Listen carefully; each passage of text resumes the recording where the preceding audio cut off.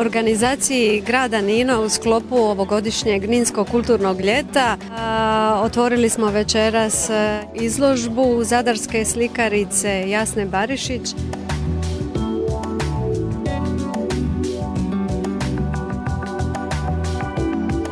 Jasna je slikarica evropskog i svjetskog formata, slikarica koja u svom likovnom narativu govori i progovara zadnjih 25 do 30 godina, slikarica čiji se radovi nalaze u privatnim i javnim kolekcijama od Brazila, Sjedinjenih Država, Europe, Grčke, Jordana i slično.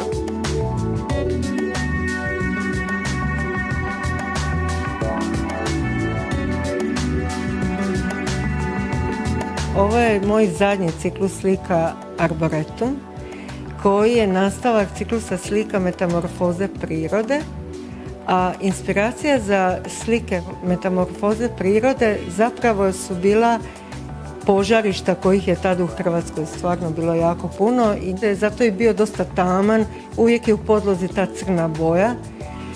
I onda nakon toga je došao ciklus Arboretum, u kojemu sam slikala baš cvijeće i koji je jako optimističan, jer sam s njime htjela dati opet neku drugu poruku, da uvijek ima nade, da se moramo truditi u tome svemu, da svak treba dati neki svoj doprinos da ta priroda se sačuva.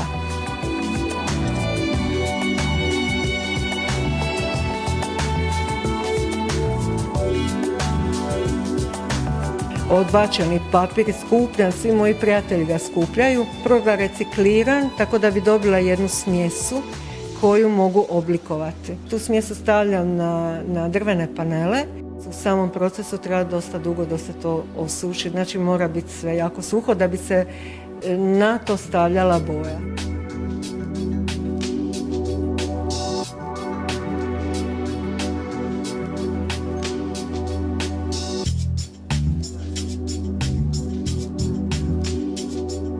Svaka slika zapravo je konkretno stablo, bilo da se radi o perunikama njezine bake ili hortenzijama mame ili rododendrona s njezinih sjevernoirskih putovanja.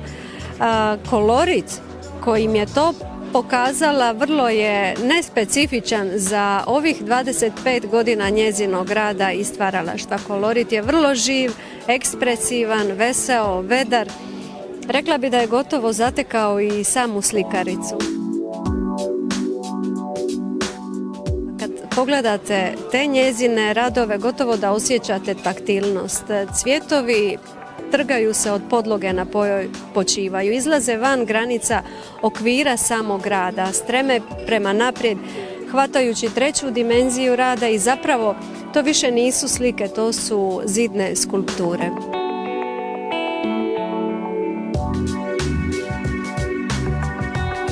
Za ove velike slike mi treba nekih sigurno 3-4 mjeseca.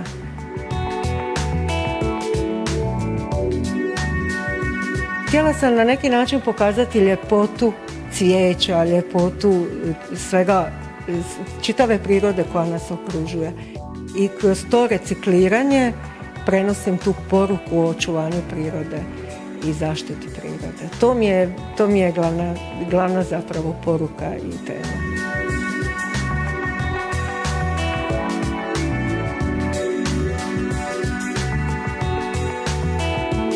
Jasna još uvijek kao što je optimist u životu, takva je u svom slikarstvu i uvijek ostavlja tu jednu kolorit, taj jedan motiv da ne prestane ciklus, da se nastavi ispočetka rađati, da nastavi od nekog novog starta.